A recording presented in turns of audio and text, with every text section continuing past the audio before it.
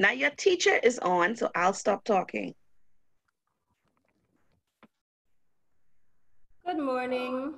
Good morning, everybody. Good morning, grade 7. This morning, we are going to talk about narrative introductions. Narrative introductions. Good morning. All right. Now, our objectives are as follows. 1, identify different types of story writing introductions. We started that yesterday. 2, plan and compose different types of story writing introductions. And 3, plan and compose your own introductions. Then we're going to be revising our work. All right. So let's get into it.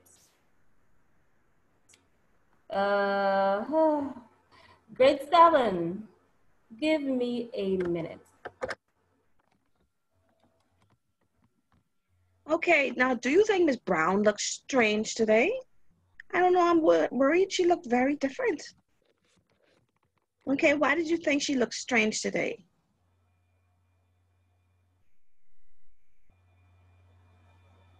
She looks tired.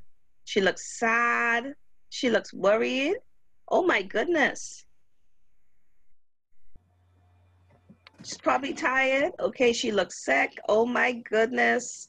Sleepy. She looks bored. Oh my goodness. She looks stressed. Okay, she's back. Good morning, grade 7, and welcome to another language arts class, English language class with Miss Brown and Miss Smith. It's such a pleasure to have you here with us another morning. We are going to be having a beautiful lesson. How are you, grade 7? Introductions. Narrative introductions. So I want you to take a look at this screen.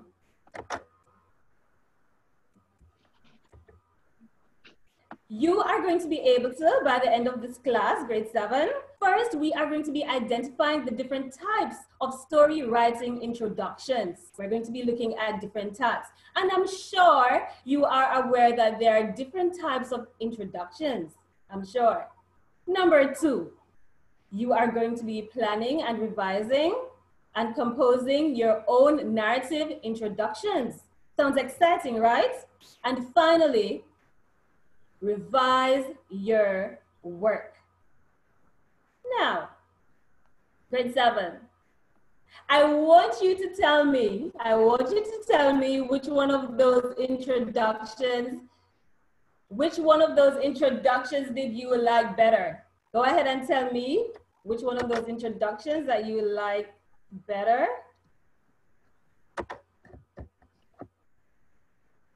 A while ago. Okay, you're saying the happy one, the happy one. The second one. The second one, everybody is saying the second one. Why? Tell me why. Okay, all right. Now, suppose I had continued the class with the initial or the first reaction, in the first way. How would you feel during the rest of the class? How would you feel? They're still answering the second one. They said they'll be bored. They'll be bored, they'll be tired, they'll be worried. Yes, all right, yes. And it would put you in a somber mood, and you wouldn't be jovial and excited. Yes, sad. And I want to tell you that it is believe it or not, it is the same way that your reader will feel when they take up your introductions and it's just looking boring without imagery or descriptive words or lack of suspense. Shannon, you're saying, I would want to go to sleep. Well, guess what? When they read a boring introduction, they are going to want to sleep and they will just want to put down your book. Because guess what? Your introduction is one of the first things one of the first things that your reader will see when they read your story. And so let's get right into it.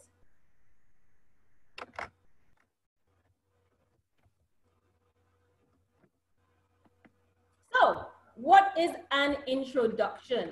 What is an introduction? Of course, we know that an introduction is the first paragraph of your narrative essay, right? It's the first paragraph of your narrative essay. Now let us make the link. Why is Ms. Brown doing the introduction this morning? Does it sound familiar? Yes, yesterday we did the plot. We did 5 elements of the plot, or 5 parts of a story. There are 5 parts. And what is the first part of the story? What is the first element of the plot? It means the same thing. The first element of the plot means the first part of the story. And so what is the first part of the story? Everyone is saying exposition. The exposition, wonderful. And another, a synonym or another name or another term that we could use to define or to describe the exposition is the introduction. And that's why we are taking the time this morning, Ms. Smith, and we are taking the time this morning to ensure that your introductions are not boring. They'll be exciting, they'll spark the reader's interest, they're captivating. Because earlier, I looked so boring, so unenthusiastic, so unprofessional. However, I transformed and you are now captivated. That is the same thing you are supposed to do with your story. Okay, grade 7? Good, good. So as we were saying, the introduction is the first paragraph of your narrative essay. And what did we say about the narrative, the introduction yesterday? Does anybody remember? What are at least two things that they should include? Let me hide it from you. What are 2 things that they should include? The introduction, what are 2 things that the introduction should include? You should ensure that that is mentioned there.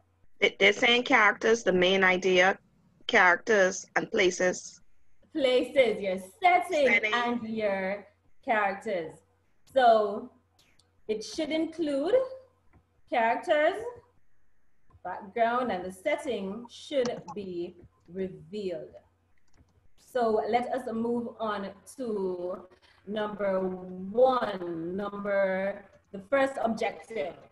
And the first objective is students should be able to, you will be able to identify different types of story writing introductions or story writing openings or story writing expositions. So I'm going to try not to use these words interchangeably, but they all mean the same thing. Introduction, narrative opening, or the exposition.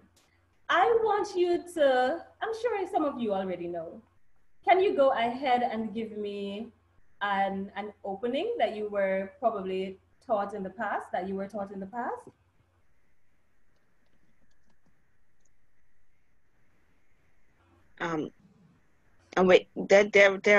waiting on the responses. Okay, and so the question is,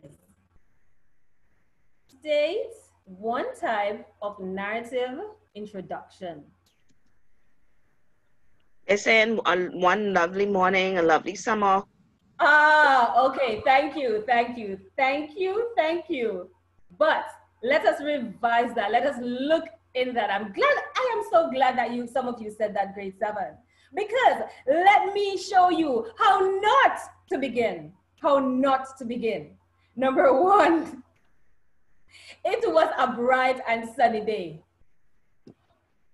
Number 2, once upon a time, you know, it sounds grade, like which grade? Probably grade 2, grade 3, grade 4, not even grade 4, I'm sure. Or one Monday morning, one Saturday afternoon, etc. Do not use these openings because these openings are boring, stale, and overused. They are too overused, and so your readers will, and your teachers, your examiners will get bored, and it shows that you don't have much creativity and enthusiasm. Mr. Horsey here is going to laugh at you, and probably Mr. Brown. I don't see Mr. Brown is absent this morning. Naisha writes the map. Naisha writes a marvelous morning was like no other. Who is this? Naisha Forbes. Naisha, excellent Naisha. That is a wonderful, that's an awesome introduction. Good job. And for that, you get a Skittles. Okay, so let us move on. The types of story writing openings or introductions are as follows. Number one, the atmospheric introduction. The atmospheric introduction. And this introduction is what we are going to be focusing on today. Unfortunately, we won't be able to do the others because it takes time to develop your skills. We want to ensure that you understand how to, that you completely grasp and understand how to write your introduction. So it takes time. It takes time. The second one is the flashback introduction. Number three, the forewarning introduction. And number four, the wham bam introduction. And of course, there are others, but these are these are the ones that we want to focus, we want to ensure that we cover with you. However, in this lesson, we wouldn't be able to do all of them. And so the first one is the atmospheric introduction. What's the first one? Naisha, I can't hear you. Janelle, is it Janelle? Okay. Oh, right. They are writing the notes. No, they're not writing the notes. I want them to probably type what the first introduction is.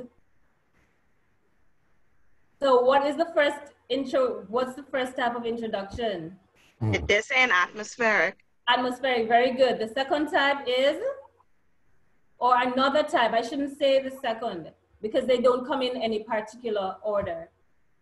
They're saying flashback. Flashback, excellent. What about forewarning? For those of you who didn't type anything a while ago, I want you to tell me what number three is.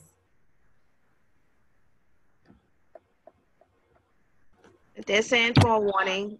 Okay, excellent. And finally, I hope everybody is participating. What's the last one?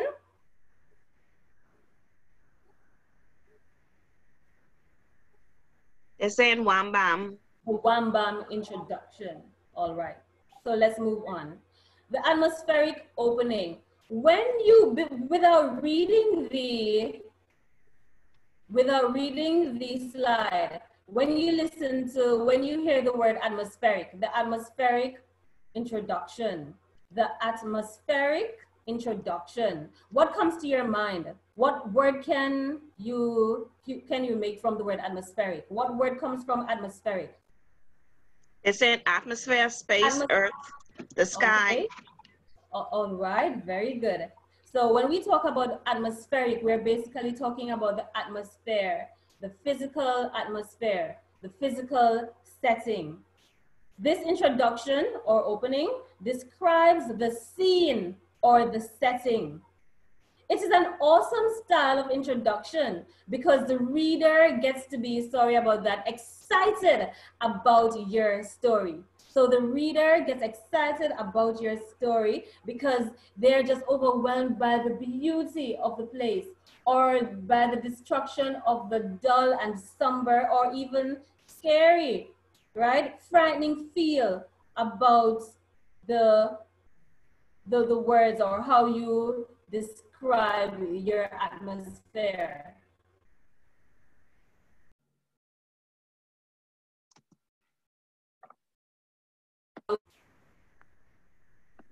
Somebody who was relaxing in their hammock, that was tied to two tall coconut trees which stood militant like soldiers. I'm sorry, my internet is familiar because you helped to write this paragraph. Remember last week, the week before, when we were talking about the setting? Exactly. Yes, and you put some of those words together. You put some of those sentences together, those expressions, the simile and so forth. So you see how easy it is? You are smart. We actually wrote an atmospheric opening without you even knowing. And so that's the connection there. And that's why Miss Smith and I did the description of characters with you and the setting. All right. Now I want you to look at this image, this picture. We are continuing with the atmospheric opening. And all you're doing is you're just beginning your story, your introduction. You're just beginning your story by describing the scene. So look at this scene. What are some of the things that you see? Go ahead and tell me some of the things that you see. They're saying it's calming, peaceful. They're saying water. Somebody's asking for homework. Broken trees, yellow trees, a bridge. A bridge, okay. Trees, They're saying it's yellow beautiful. trees. Autumn trees. Beautiful. The Okay. sun yellowing on the land. All Japan. right. Someone's saying Japan. Japan, I like that. The sun yellowing on the land. I see those things too. So this description of, this is an example of the atmospheric opening. The breeze danced through my yard. The still pool of dark water. Somebody said water, and it is being described as dark and still. It slept. That's a metaphor. We spoke about that the week before too, because it was so still. It was described as sleeping under what? It was sleeping under the bridge, under the arching bridge. The yellow, red, and brown trees merged so well that one could not distinguish where each stopped. The sun, somebody spoke about the sun. The sun was entangled in the leaves that gently swayed in the breeze. The resplendent clouds cast a breathtaking shadow over the newly trimmed lawn. I slept peacefully. Okay, and so the feeling that we get from this was one of peace, and it basically had a very soothing or calm mood, right?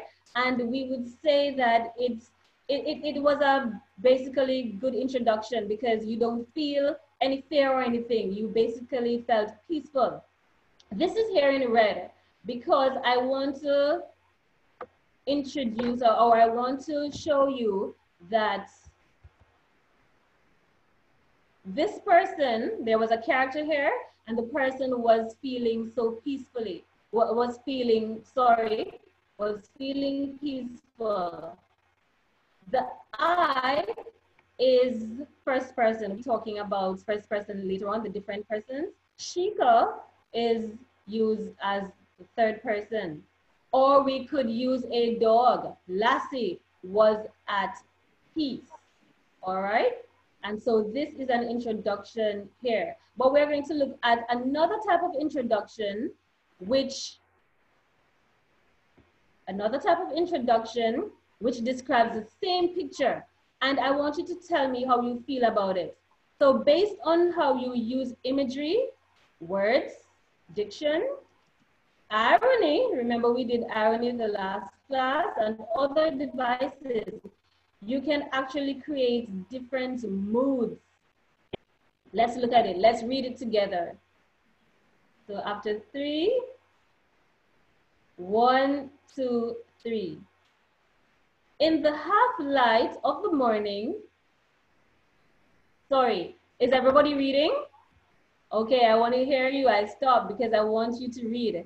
In the half light of morning, the yard was eerie.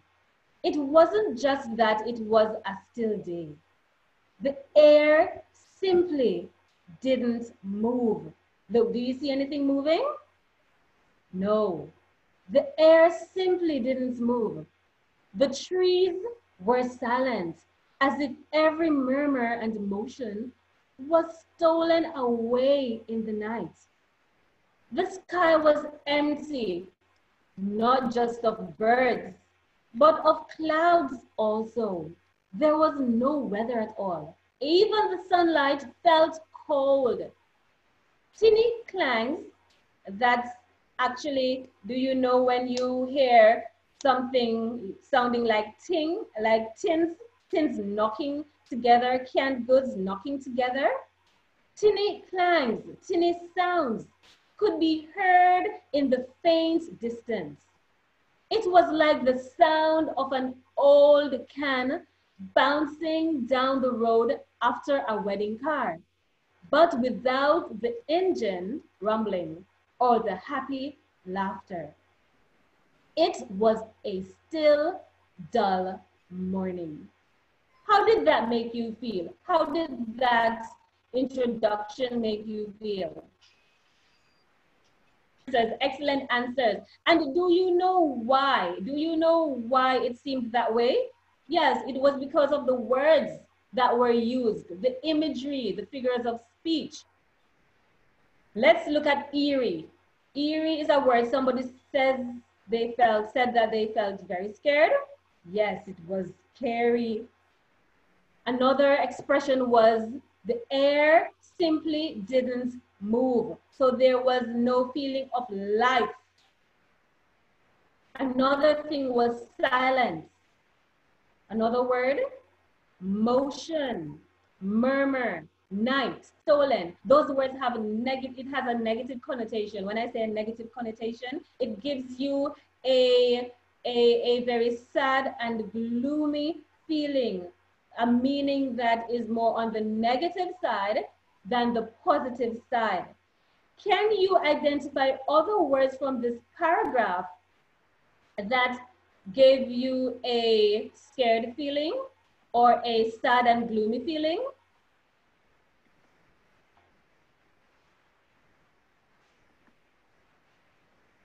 Well, they're saying dull, stolen, murmur, Dull. night, silent, airy. Excellent. Give me some that weren't underlined or some that we didn't underline. Cold, old. We didn't mention. Stolen, dark Yes. night, motion. They're saying motion. Excellent. Rumbling. Mm-hmm. All right, thank you. Excellent, very good. So these two paragraphs are introductions that you could use to begin your story. They are atmospheric openings, and I'm reminding you again to use imagery and sensory details. Use advanced adjectives and adverbs and the figurative devices. We did the simile and the metaphor last week, as well as you can also employ the use of irony, okay? Now let us look at some useful adjectives. When you think of the word grass, suppose you had to describe the grass or the bush. What words would you use to describe grass? Green, wet. Green, wet. Soft. Okay. Mm-hmm. Others that you could use are wind blown, okay, bent, dry. Somebody said green. You could also describe the type of green. Pale green. I know many of us walk on sand every day. How can you describe sand? You could use the word glittering. Glittering, would you find glittering sand in the night? Can you find glittering sand in the night? Can you find glittering sand in the night? They're saying gritty, soft, annoying, firm, itchy. Oh, all right, thank you. So answer this next question. Can you find glittering sand in the night? So they're saying no. Good. I want one of you, probably Naisha, somebody else. I want somebody to explain why you wouldn't find glittering sand in the night. Excellent answer. Excellent.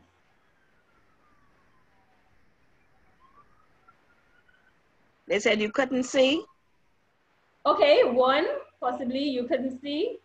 All right. Because the moon doesn't reflect the sun.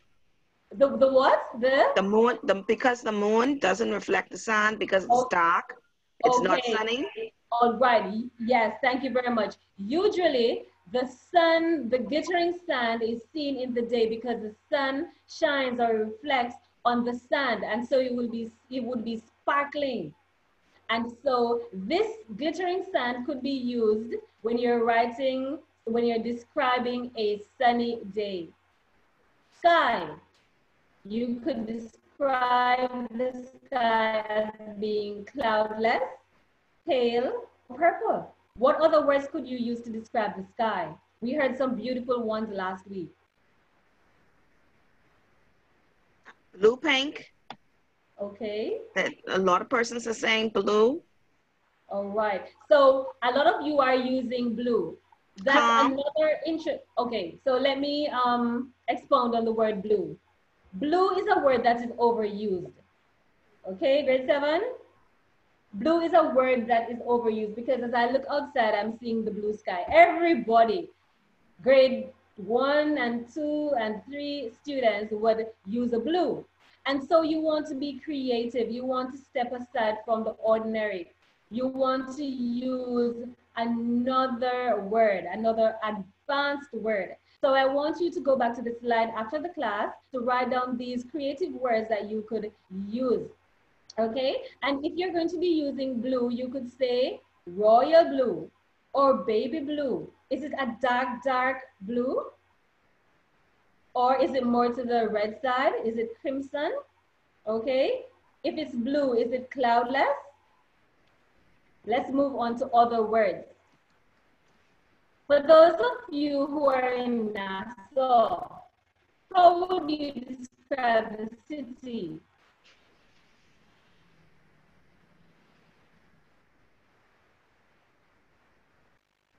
They're saying busy.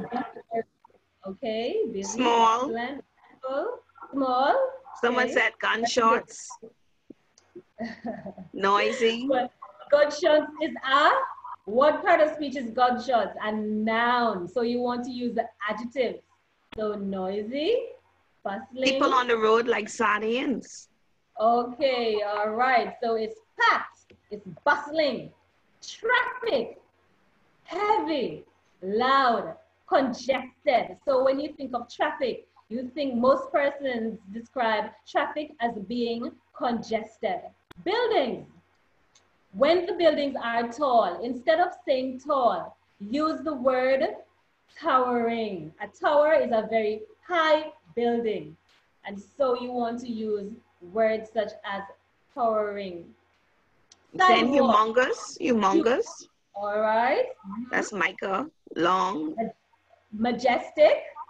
Okay, thank you. What about the sidewalk? Gigantic. 15? Huge and long. Okay, no, that's for the building. What about the sidewalk? Empty. Empty sidewalk, right?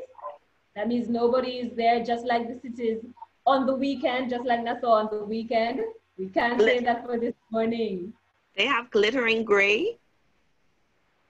Gray sidewalks, okay, because most times they are concrete, made of concrete or cement. Gray. What about when it is clean?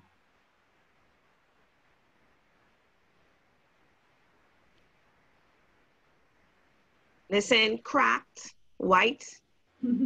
Okay, I see some of them are looking on the slide. Sweat or kept. Okay, so let us, we sometimes when we're on the buses, we get so frustrated and we hear them screech and the traffic and the cars together would just make a lot of noise and it sounds as if somebody is belching. So you could say the belching bus or cars or taxis.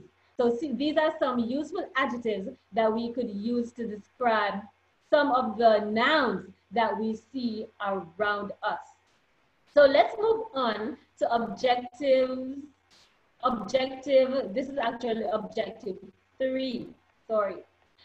Students should be able to plan and compose your own narrative opening. And 3, revise your paragraph. So it's your turn. You are going to write a brief opening for the following title, for one of the following titles. The first one is The Day Sally Lost Her Beloved German Shepherd. The second, write an introduction, just a brief introduction, because we don't have time to look at most of your introductions, especially if they're long. You could just write a brief opening. And this opening should be, what type of opening should you use? What type of opening are we looking at for now? Atmosphere, they're saying atmospheric exposition. Okay, so atmospheric is the type of exposition. It's the type of introduction. And so you are going to be writing an atmospheric opening. The atmospheric opening basically describes although it includes a character, hints that a particular person or persons are involved in this opening, but the atmospheric describes what? What does the atmospheric do? They're saying the setting and the atmosphere. It describes the setting, it describes the place where you are. It describes the setting, the place, the atmosphere. And so you are writing about, you may choose the best birthday surprise ever, or the day Sally lost her beloved German Shepherd. You are choosing one. And although you want to get into the description of Sally and the dog, you cannot be tempted to do that. You could just think of a scene or a place where the dog is or where Sally is and describe probably the yard or in the home, or you could just describe a scene from that story. Just don't rush your story. Just describe an area where the dog is. If you are doing the best birthday surprise ever, you don't have to start at the party, you know. It usually leads up to the party. You could start with waking up in your bedroom. You could begin with shopping with your mom or your guardian at the mall, or you could describe a scene from the day before. So don't get tempted to rush your story. I want you to write on a piece of scrap paper first to ensure that your spelling is correct and that you are using the appropriate mechanical and the punctuation, and that your grammar is perfect, your grammar is correct. Ensure that you indent your paragraph. Ensure that your spelling is correct. You have proper subject and verb agreement. Ensure that there are no run-on sentences. Just write it down, and then when you imagine that scene, you are going to be taking 3 or 4 things from that scene. Think about 3 or 4 things from that scene. Is it the coconut tree? Is it going to be the sand, the sky, or the hammock? When you think about those things, then you will think of adjectives to describe those things. And then afterwards, you are going to be putting them together in beautiful sentences. So the orange sun gloomed over the parched brown grass. Could you see it, Miss Brown? Yes, I can see it. Okay. There are no full stops, and so that's one long run-on. Those are run-on sentences. It says, the day Sally lost her dog, she was sad. So she looked in the yard and the dog was not there. She was worried and won't give up. But she did not give up. So she looked in the house. He was not there. But when she came, okay, this is another one. When she came outside, her dog was barking. She was ready to look outside and was so happy. She will never lose her dog again. Now, what we see here, Lorenza, thank you very much for your attempt. I could see that you're a hard worker. So, Lorenzo, we want to correct a few things. In the narrative, yesterday we talked about the steps. And we talked about the fact that there should be the introduction first, which basically includes the setting and the characters, nothing else. A description of that. We don't want to know any problems. We don't want to introduce the conflict as yet. Afterwards, we should have the rising action, then the climax, then the falling action, and then the resolution. So yours is a brief summary of the entire story. So what you do in this case, are you listening, Lauren? You could start with the fact that Sally was looking in the yard. What do you see in the yard? Did it have a lot of trees? Does it have a lot of stones? Did you see cars in the yard? So you could describe those in 3, 4, or 5 sentences. That's all you are doing. We don't want to know what is on Sally's mind and how she actually went in the house afterwards and then she was worried and then she didn't give up. She was walking her dog to the park. And then she has a full stop. There was a squirrel in a tree nearby. The dog rapidly ran towards the tree. The leash snapped out of Sally's hand. The dog went running into the neighborhood. They just moved in, so they didn't know the area as yet. All right, excellent, excellent. Okay, and so we have an introduction here. We are going to, thank you very much, Letitia, for your hard work. You tried a lot in that you didn't go on to the conflict. You didn't move on to any conflict. You were just telling us about your dog and what Sally was doing. So we have Sally walking. What is another word that we could use for walking? Instead of walking and running, could we say that Sally's dog and, before I move on to dog, she could be strolling? You. All right. So,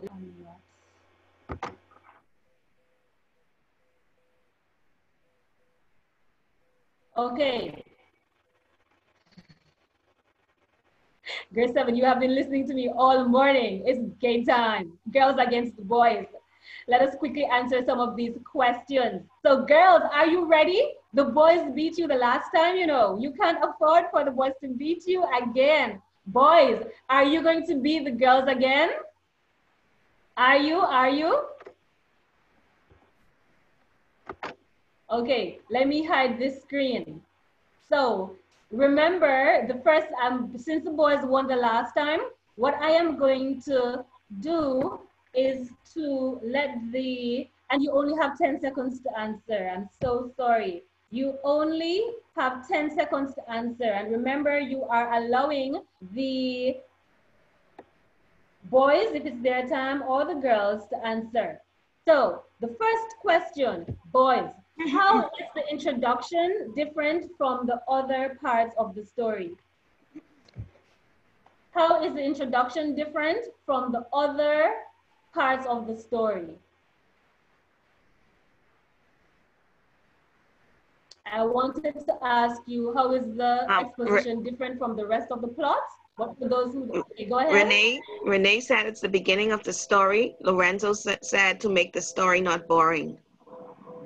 Okay, remember, boys, that when we are differentiating, I'm going to give you that one for now. When we are differentiating, we have to say, however, or on the other hand, the rest of the story gets into specific details about the conflict and the events that are occurring in the story.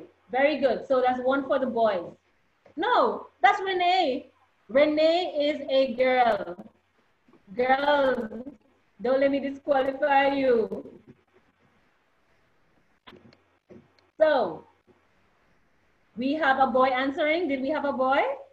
Yeah, so some of the boys said the same thing as Renee. Very good. So, boys, you have one. Number two, girls, give an example of an opening that you should never use. Give an example of an opening that you should never use. Okay. Never use these examples. One sunny day. Quincy said one sunny day. Excellent, girls. Excellent. So that's one for you, one for the boys. Boys, number three. What type of openings what type of opening did we learn about today?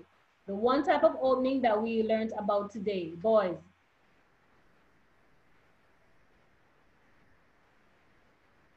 David said atmospheric. Excellent. That's one there. Girls. And Gerardo. Very good, Gerardo. Girls, describe the atmospheric opening. Describe the atmospheric opening. Lorenzo put the details. Waiting on the Cortez, put the scene. Micah put the scene or the setting. Okay, very good. Boys, take a word to describe the sand.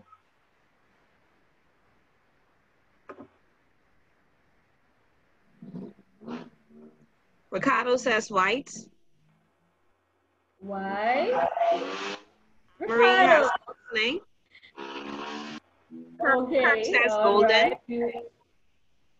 Okay, let us use those more creative ones. Very good, excellent answers. Girls, your final question is, use a word to describe the sidewalk.